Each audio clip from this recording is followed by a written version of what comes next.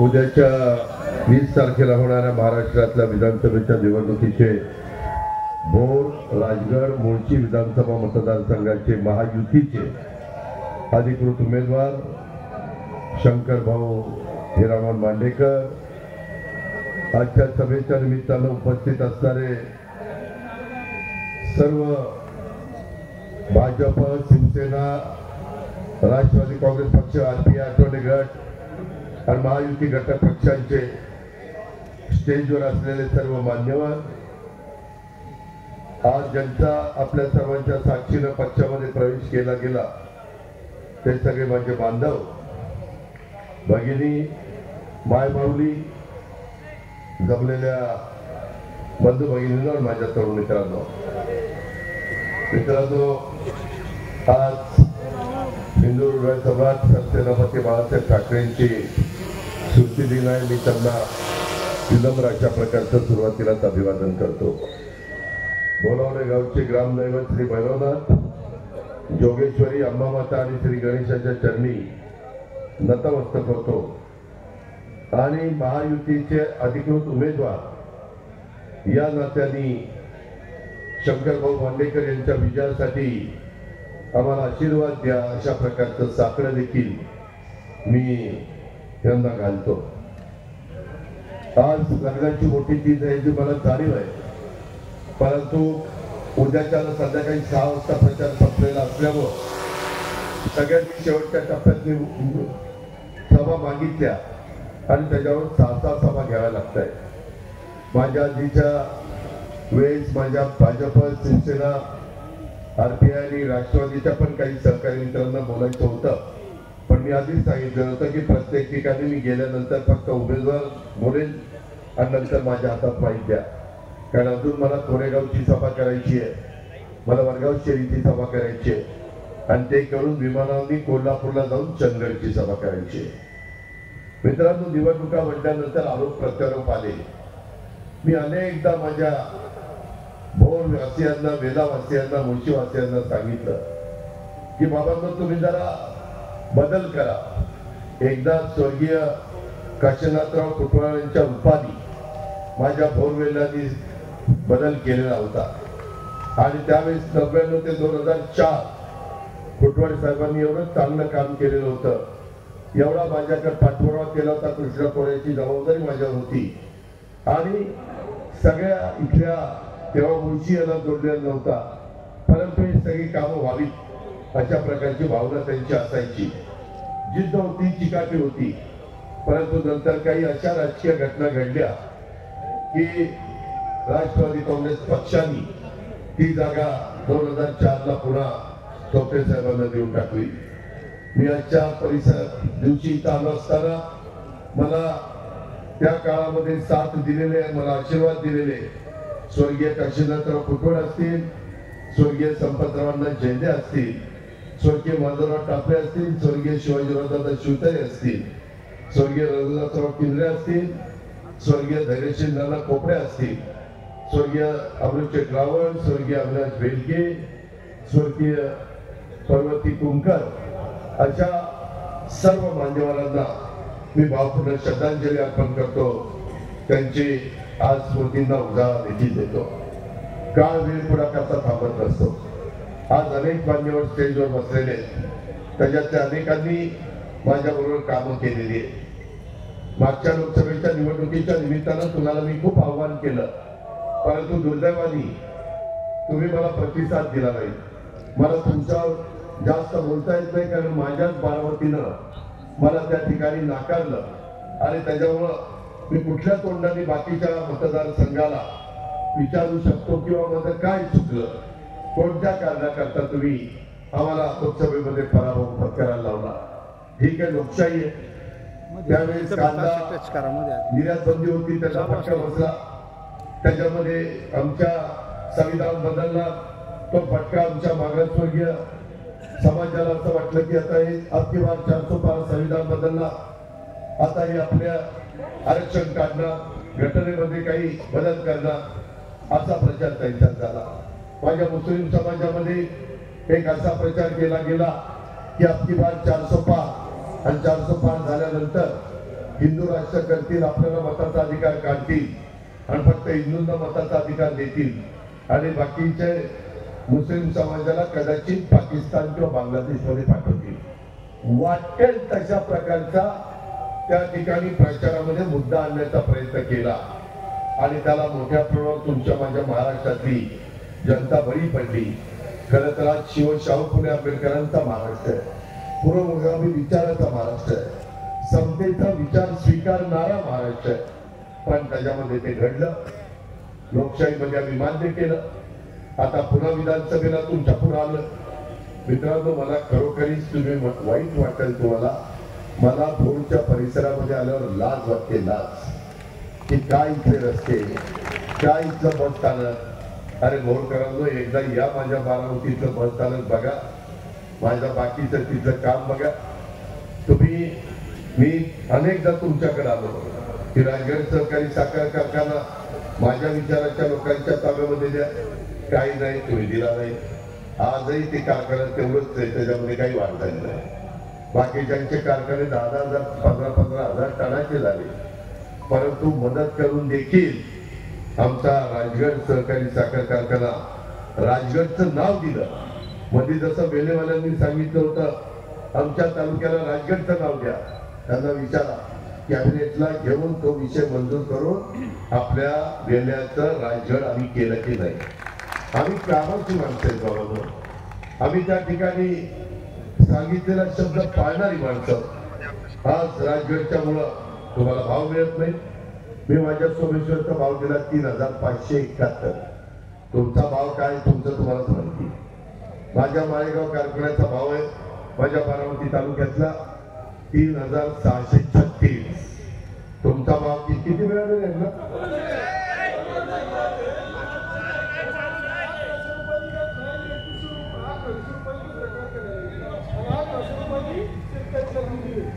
आता 1800. याकडेच आहे बाबा. तुमचं पुढं साष्टांग दंडवाद, एवढी सहनशीलता देशात कुठल्या मतदारसंघात मिळाली. अरे कसा तुम्हाला राग येत नाही. कशी त्या मागे एक चित्रपट निघालेला होता, सटकली माझी सटकली तुमची कधी सटकायची. खोटं बोलत नाही. अरे मला काय तुमचं कळतच नाही. तुम्ही कसा विचार करताय, काय विचार करताय, आल्यानंतर काय त्या नीरा अवस्था आहे, काय त्या भोरच्या परिसराची अवस्था आहे. अहो तुमचं तालुक्याचं बस स्थानकापेक्षा एखाद्या गावचं पिकअप चेक चाललेलं, ही तुमची अवस्था. तरी तुम्हाला राग येत नाही, तरी आपलं जात आहे त्यालाच बटन दाबताय. काय त्याने जादूची काढणी केली का आणखीन काही केले कुणाला माहिती. मुठ मुठ मारतात का काहीतरी नसतात. मित्रांनो धन्य बाबा धन्य. आज उतरवली वडगावची एमआयडीसी. मी कितीदा सांगतो, अरे बाबांनो उमेदवार असा पाहिजे त्याच्या अंगात पाणी पाहिजे, लाख पर्यंत पाणी काढायची धमक त्याच्यामध्ये पाहिजे. तुम्ही सारखं पुन्हा त्याला आणि तिथं काही काम करत काम न करता तुम्ही मत देता, त्यांनाही बरं वाटतं. नाही काम केले तरी मत मिळतात. आता या सगळ्यांच्या बाबतीत मध्ये आमचं 2.5 वर्ष सरकार होतं, त्याच्यात काँग्रेस होतं ना. 2019ला शिवसेना, राष्ट्रवादी काँग्रेस आणि काँग्रेसचं सरकार होतं. काँग्रेसकडे पण काही खाती होती, मंत्रीपद होती, आमच्याकडे होती, शिवसेनेकडे होती, उद्धव ठाकरे मुख्यमंत्री होते. तरी देखील त्या 2.5 वर्षात तुमच्या लोकप्रतिनिधीला काम करता आलं नाही, बसस्थानक बांधता आलं नाही, माझी उतरवली वडगावची एमआयडीसी करता आली नाही, त्याच्या संदर्भामध्ये आपला राजगड कारखाना त्या ठिकाणी चालू करता आला नाही, त्याच्यामध्ये मॉडिफिकेशन करता आलं नाही, त्याच्यामध्ये जोडधंदे काढता आले नाही. हे कसं काय तुम्ही सहन करता तुमचं तुम्हालाच माहिती. तरी देखील आम्ही माझ्या हातामध्ये जे होतं ते करण्याचा प्रयत्न मी केला. शिंदेवाडी, भोर, महाड, वरंदा घाट 723 कोटी रुपयाचं काम आपण त्या ठिकाणी चालू केलं. ते केंद्र सरकार आमच्या विचाराचं आहे, राज्य सरकारमध्ये आम्ही आहोत. आणि त्याच्यामुळं हे काम बहुत लोकप्रतिनिधी करत नाही. आपण तरी नाजकांचं काही महत्वाचं रस्ते खालच्या कोकणाला जोडण्याच्या करता ते केले पाहिजे. कापूर घोर वाई रस्ता 276 कोटीचा तेही आपण मंजूर केला. कोरले व्याळी पेबाईट आहे तो मंजूर केला. रायरेश्वर मंदिर आणि परिसरामध्ये पर्यटनाच्या निमित्तानं 1,28 लाख रुपये आपण मंजूर केले. जलजीवन योजना आम्ही मोदी साहेबांनी संपूर्ण देशामध्ये सगळीकडे हर घर नल अशा प्रकारची योजना आणली. 50% ते देतात, 50% राज्य सरकार देतात. ही योजना आम्ही करतो. त्याच्यामुळे काही प्रमाणात योजना सुरू आहे. नीरा आणि गुंजवणी नदीवरील बंधारे त्याला 36 कोटी रुपये आपण त्या ठिकाणी दिले. त्याच्यामध्ये आपल्या इथं भाटघर वीर प्रकल्प बाधित गावांना नागरिक सुविधा देण्याच्या करता 25 कोटी रुपये त्या ठिकाणी आपण मार्गी लावले. पुनर्वसनाचे प्रश्न आपण निरातेवर गुंतवणुकीचे मार्गी लावले. अजून काही झाले असतील तर सांगा, ते देखील आपण मार्गी लावू. उजवा डावा कालवा वांगी आणि वाजेगर खोऱ्यातील उपसा सिंचन योजना या आपल्याला करायच्या. चेलारी ते वेला महारस्ता तो चौपदरीकरण करायचा आहे. राजगड तोरणा रायरेश्वर रोडेश्वर किल्ले हे विकसित करायचे, त्याचा आराखडा तयार करायचा आहे. पंचायत समिती तिन्ही झाल्या, परंतु प्रशासकीय इमारत मंजूर केली अजून पूर्ण झालेली नाहीये. वेल्हा पोलीस स्टेशन ते झालं. मीच तुम्हाला वाटतं त्याच्या भूमिपूजनाला काय गेलो होतो. राजगडचं राहिलेलं हो, राजगडचं ते मंजूर केलंय, त्याला मंजुरी दिली राजगड पोलीस स्टेशनला. हो, राजगड एसटी स्टँड त्याच्यात सुधारणा करायच्या त्या राहिल्या. कसं आपला भोर वेल्हा मुळशी तालुका पुढे झाला. मुळशीची परिस्थिती वेगळी आहे. तिथं मोठ्या प्रमाणात नागरीकरण होत आहे. तिथं इंदोरीसारखं IT पार्क आहे. तिथं पाण्याच्या बद्दल आम्ही मुळशी धरणात त्या मंजुऱ्या दिलेल्या आहेत. वाहतुकीची तोडणी सोडवण्याचा आम्ही तिथं प्रयत्न करतोय. परंतु आपल्या भोर वेल्ह्यामध्ये महाराष्ट्रात सगळीकडं लोकसंख्या वाढतीये, मतदारसंख्या वाढतीये, इथं कमी कमी होतीये. लोक इथं स्थलांतर करायला लागले. असं आपलं नेतृत्व वा भोकर वा वेलाकर अशा पद्धतीनं जरा तुम्हाला राग येऊ द्या कधीतरी. आज मी तुम्हाला सांगतो की आता विधानसभेच्या निवडणुकीच्या निमित्तानं अनेक दिग्गज नेत्यांनी उमेदवारी अर्ज मागितलेले होते. सगळ्या पक्षाचे आमच्या महायुतीचे होते, परंतु जागा एक असल्यामुळं ती जागा राष्ट्रवादीला सुटली. राष्ट्रवादीमध्ये देखील ताकदीचे त्या उमेदवार होते, परंतु मी शेवटी त्याच्यामध्ये भोर वेल्हा मुळशी त्याच्यामध्ये शंकरचा निवड केली. अनुक्रमांक मशीन जे येणार आहे, सुदैवानी पहिल्या नंबरला शंकर हिरामण मांडेकरचं नाव आहे. त्याच्या पुढे त्याचा फोटो आहे आणि त्याच्या पुढे घड्याळाची खूण आहे. हे सगळे प्रश्न मार्गी लावण्याची 5 वर्षाचा मी शब्द तुम्हाला देतो. तुम्ही शंकरला निवडून द्या. आता जे प्रश्न माझे भोर वेल्हा मुळशीचे मार्गी लावायचे राहिले ते मार्गी लावण्याची जबाबदारी माझी. तुम्ही म्हणाल कसं, मी माझ्याकडं अर्थ खाता असल्यामुळं मी काही ठिकाणी 3,000 कोटी 4,000 कोटी 5,000 कोटी अशा पद्धतीनं निधी दिलेला आहे. आज तुमच्याकडे तुमचा आमदार पाठपुरावा करून निधी आणायला पण कमी पडलेला आहे. अक्षरशः इथल्या भोरच्या कचऱ्याची विल्हेवाट लागत नाही. MIDC नवीन उतरवली वडगावची करणं बाजूलाच राहिलं. अरे इथल्या तरुणींनो, इथले कारखाने आलेले कारखाने गेले. मला वाटतं महापुरुषाचाही कारखाना गेला, इतर पण त्याच्या जोडीचे कारखाने गेले. आल्यानंतर एक कारखाना आल्यानंतर त्याच्यात छोटे मोठे कारखाने वाढत MIDC वाढली पाहिजे. तसं तर काही मला माझ्या भोरमध्ये पाहायला मिळालेलं नाहीये. म्हणून मी आज तुम्हाला सगळ्यांना, आम्ही एकनाथराव शिंदे आणि देवेंद्र फडणवीस आणि मी मिळून महायुतीचं सरकार चालवतोय. केंद्रात नरेंद्र मोदी साहेबांचं सरकार आहे. आज त्यांचा मोठ्या निधी केंद्र सरकारचा आम्ही आणू शकतो. केंद्र सरकार वेगवेगळ्या मोठ्या कामांना निधी देतो. त्याच्यामध्ये आपल्याला मोठे प्रकल्प काही कामं हातामध्ये घ्यायचे. नॅशनल हायवेची कामं आहे, काही ठिकाणी वंदे भारत ट्रेन सुरू करायची काम आहे, बुलेट ट्रेन सुरू करायची काम आहे, त्याच्यामध्ये मेट्रो सुरू करायची काम आहे, त्याच्यामध्ये विमानतळ सुरू करायची काम आहे, टर्मिनल करायची काम आहे, बंदर समुद्रामध्ये माल परदेशातला आवक जावक करण्याकरता त्याकरता मोदी साहेबांनी आपल्याला पालघरचं पाऊण लाख कोटीचं वाढवण बंदर मंजूर करून दिलं. पहिल्या कॅबिनेटला पंतप्रधानांची तिसऱ्याला शपथ घेतल्यावर पहिल्या कॅबिनेटला दिलं. ही कामाची पद्धत. आणि विरोधकात आपल्या इथले प्रकल्प गुजरातला गेले. अरे कुठे गुजरातला गेले? का थापा मारताय? इथले प्रकल्प कुठे गेले ते आधी शोधा. ते का बंद पडले? काय अडचण तिथं आली ते तर त्याचा काहीतरी शहानिशा करा. हे मी तुम्हाला सगळ्यांना या सभेच्या निमित्तानं आवर्जून सांगू इच्छितो. मित्रांनो, इथून पुढच्या काळामध्ये आम्ही लाडकी बहीण योजना माझ्या महिलांना आणलेली आहे. ती योजना आपल्याला त्या ठिकाणी पुढे चालू ठेवायची. मी काय शंकर मांडेकर त्यांच्या महायुतीच्या उमेदवाराला घड्याळ्याच्या चित्राच्या शेजारचं बटन दाबायला सांगतो. त्याचं कारण असं आहे की मध्ये पुण्याच्या सभेत माझं आणि मोदी साहेबांचं बोलणं झालं.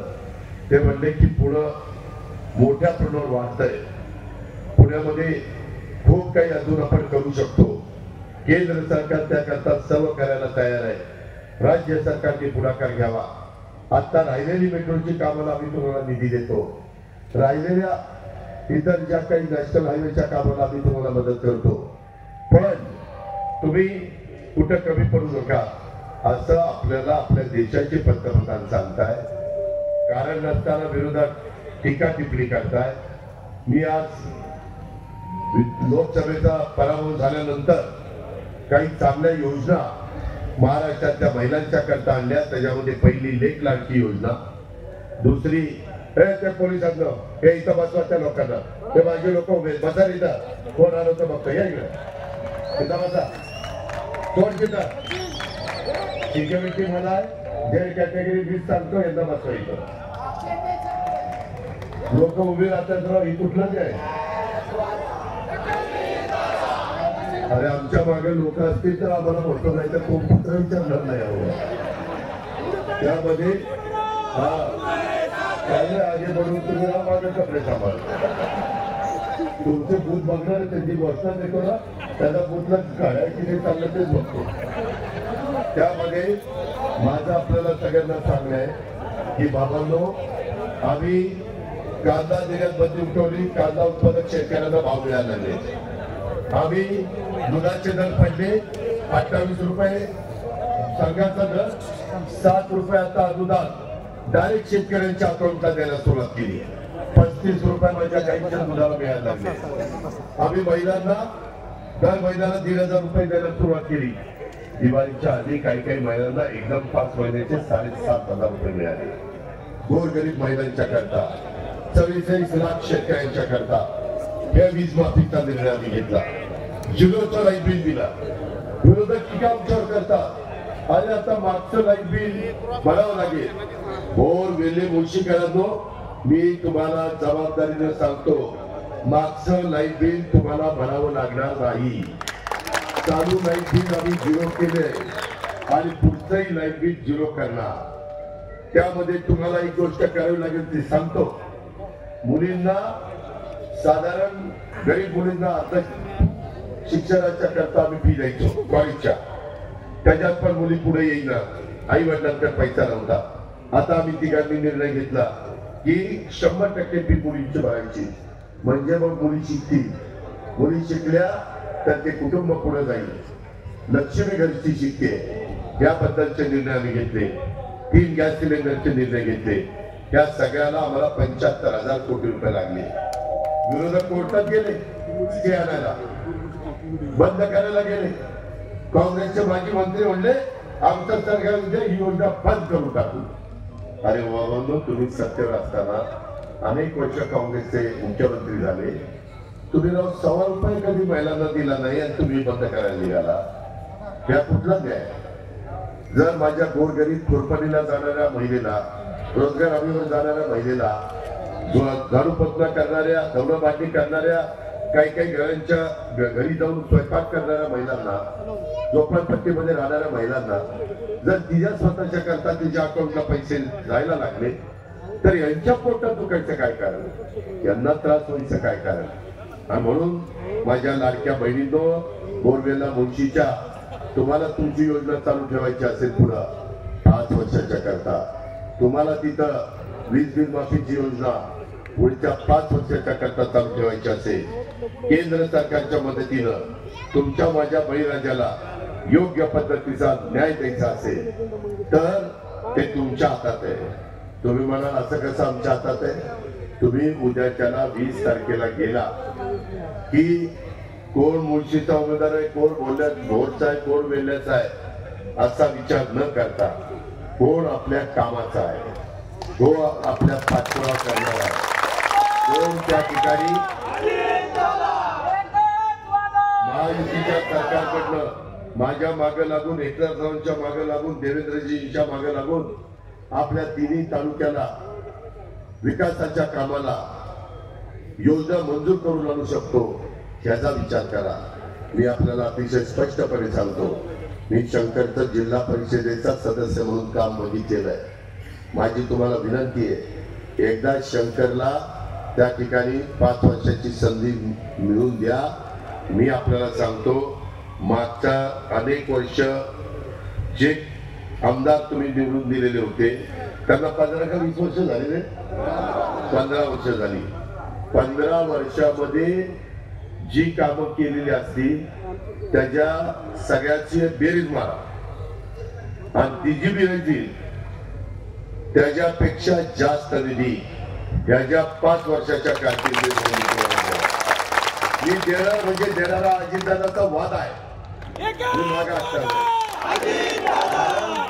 माझ्या हातात 6.5 ते 7 लाख कोटीचं बजेट आहे, अर्थसंकल्प.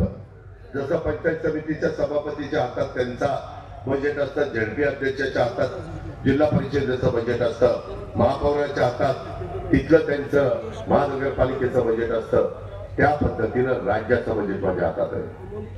बजेट कसं मांडायचं, गोरगरिबांचे प्रश्न कसे सोडवायचे, बळीराजाला मदत कशी करायची, माय माऊलीला मदत कशी करायची, तरुण तरुणींच्या करता मोठ्या प्रमाणावर गुंतवणूक करणारी कारखानदारी कशी आणायची, त्यांना सवलती कशा द्यायच्या, त्यांना रेड कार्पेट कसं टाकायचं, आजारी कारखाने आजारातनं बाहेर कसे काढायचे.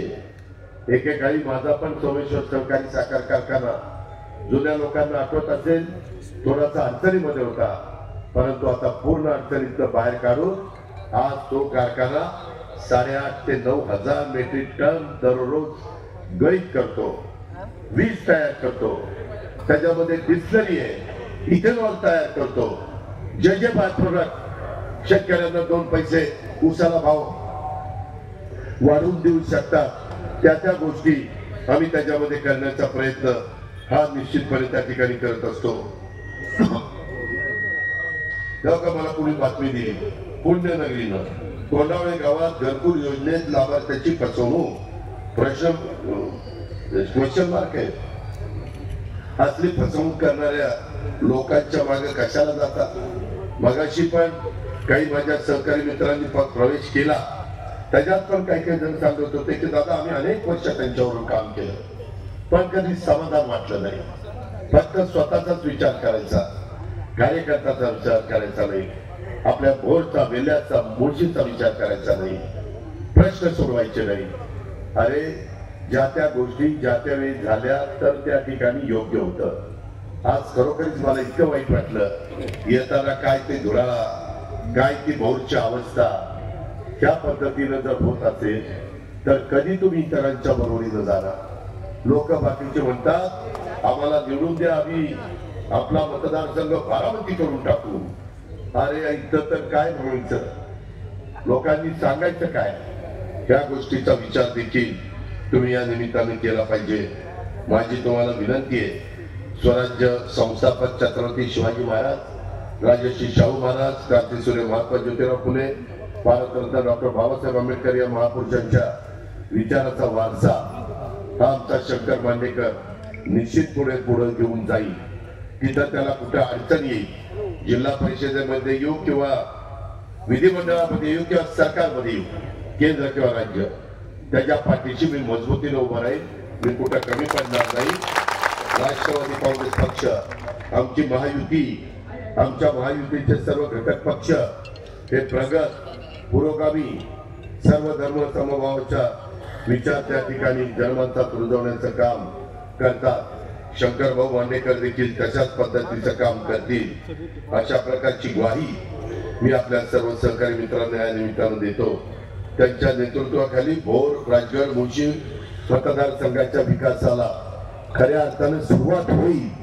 त्यासाठी भोर, राजगड, मुळशी वासियांना माझी विनंती आहे, तुमचं पवित्र, तुमचं भौगोल अशा प्रकारचं मत तुम्ही माग खासदाराला दिलं, तुम्ही माग या आमदाराला 3 वेळेला दिलं, तरी त्यांची कामं तुमच्या पुढे आहे. मी पुन्हा पुन्हा सांगतो, तुम्ही एकदा शंकरला ते तुमचं पवित्र मत द्या. त्याच्या माध्यमातून मी काय काय या भोरवेल्ला मुळशीच्या करता करीन हे तुम्ही लक्षात घ्या. मी खरोखरीच राज्याचा सर्वांगीण विकास करण्याच्या करता एकनाथराव देवेंद्रजी मी प्रयत्न करतोय. त्याच्यामध्ये तुमचा माझा, जिथं युगपुरुष छत्रपती शिवाजी महाराजांच्या पदस्पर्शाने पावन झालेली सगळी भूमी आहे. महाराजांना पण वाटत असेल वर, अरे माझ्या काळात काय होतं आणि ह्याच्या काळात काय वाटोळ चाललंय, मला बघवा ना असं महाराज म्हणत असतील. पण तुम्हाला बघवतोय त्याला मी काय करू? कुठल्या मंदिराची?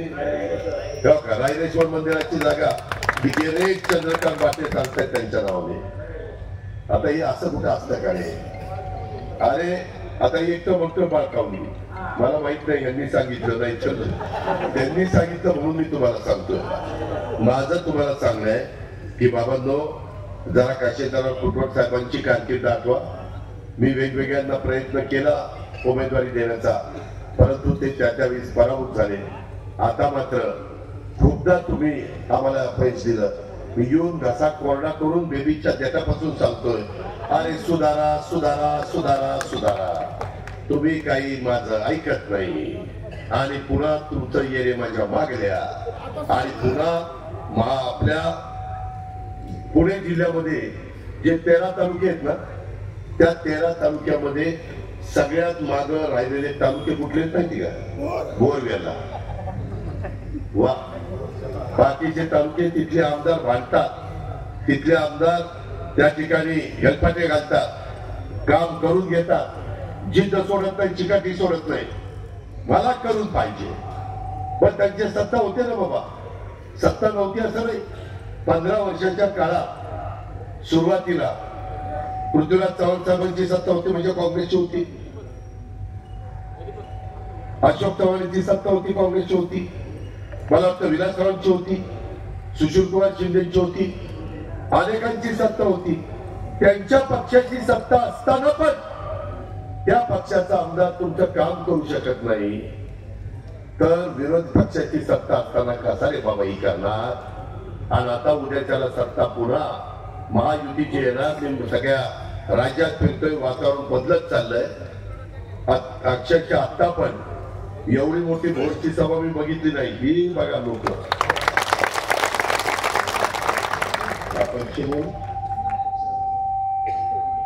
त्यामध्ये माझी तुम्हाला विनंती आहे की एवढ्या सगळ्यांनी 100 मतं आणली, तुमचं मत दिलं ना, कामच आपलं झालं.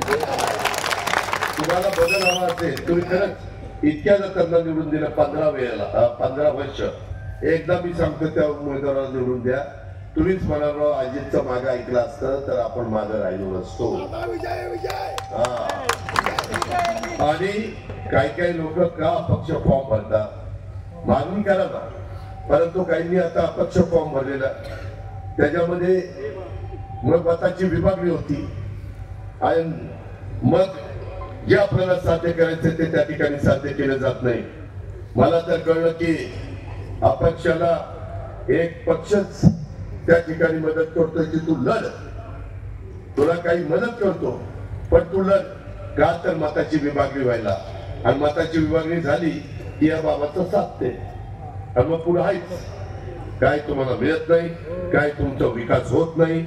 जे आहे ते भकास, भोरवेल्ला तालुका भकास करण्याचं काम इथले लोकप्रतिनिधी करतायत आणि तुम्ही जनता त्यांना पाठिंबा देते. आता तरी माझी आग्रहाची, नम्रतेची, कळकळीची विनंती आहे की बाकीची सगळी कामं करण्याच्या करता मी खरोखरीच कुठं कमी पडणार नाही. मी आता भोर वेल्ला मुळशीचा जाहीरनामा दिलेला आहे. आम्ही 5 वर्षाच्या मध्ये काय करणार आहे, कशा पद्धतीने करणार आहे, हे सगळं या जाहीरनाम्याच्या निमित्तानं आम्ही सांगण्याचा प्रयत्न केलाय. फक्त एवढंच नाही, त्याच्यातनं नंतर गवाई प्रमुख कार्यकर्त्यांना माझ्या भाजप, शिवसेना, राष्ट्रवादी काँग्रेस, RPI घटक पक्ष सगळे ह्याचे प्रमुख नेते, अध्यक्ष असतील, पदाधिकारी असतील, त्यांनाही मी बोलवी. त्यांना सांगेन की आता मी इथल्या विकासाच्या संदर्भातली बैठक घेतोय, तुम्ही तयारीनिशी या आणि सगळे प्रमुख अधिकारी त्या ठिकाणी हजर ठेवतो आणि त्याच्यातून आपले प्रश्न त्या ठिकाणी मार्गी लावण्याचं काम हे निश्चितपणे त्या ठिकाणी केलं जाईल. आज तुमच्या सगळ्यांच्या साक्षीनं एकंदरीत एक चांगला गोष्ट घडलेली आहे.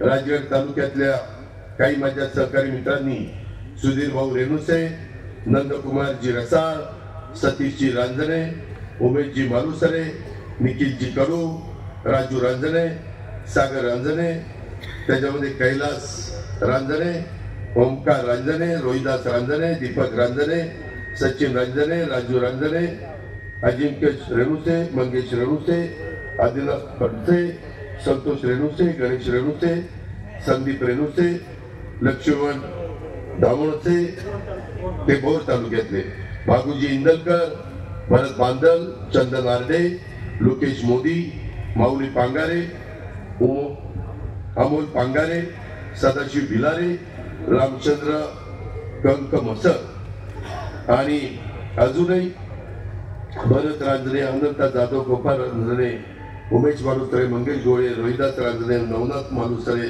अमोल केदाळे, अंकुश शिर्के, दशरथ रेणुसे, संजय हरपुडे, सचिन शिरोळे, संभाजी केळकर, तुकाराम जाधव, अशा अनेक. आरती तर रांजणे कोणी त्यांच्याकडे ठेवणार नाही, हे सगळी रांजणे आपल्याकडे आली. त्या सगळ्यांचा भोर आणि वेल्हा तालुक्यातल्या आमच्या मान्यवर ज्यांनी प्रवेश केला त्या सगळ्यांचं राष्ट्रवादी काँग्रेस पक्षामध्ये स्वागत करतो. त्यांना विश्वास देतो की आम्ही तुम्हाला सन्मानाची वागणूक देऊ, कुठेही तुम्हाला अपमानित त्या ठिकाणी केलं जाणार नाही. त्याच्यामध्ये माझ्या स्थानिक सहकार्यांना सांगतो की आपण सगळ्यांनी त्यामध्ये व्यवस्थितपणे त्यांना मिळून मिसळून काम करून घ्या.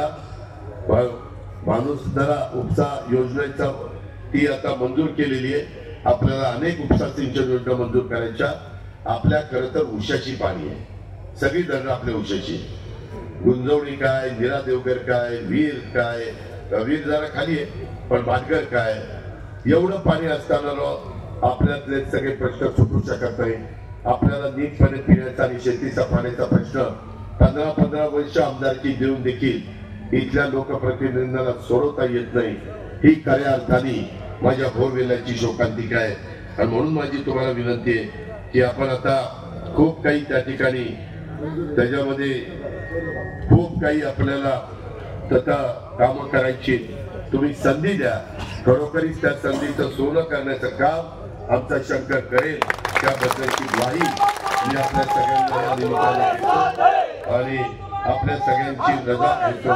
आज इथं जाहीर पाठिंबा शंकर मांडेकरांना, Republican party of India, Ambedkar, Kailas Shahurao Jogdand, Shankar Tambe, Siddharth Gaikwad, Pappu Adsul यांनी देखील पाठिंबा दिला.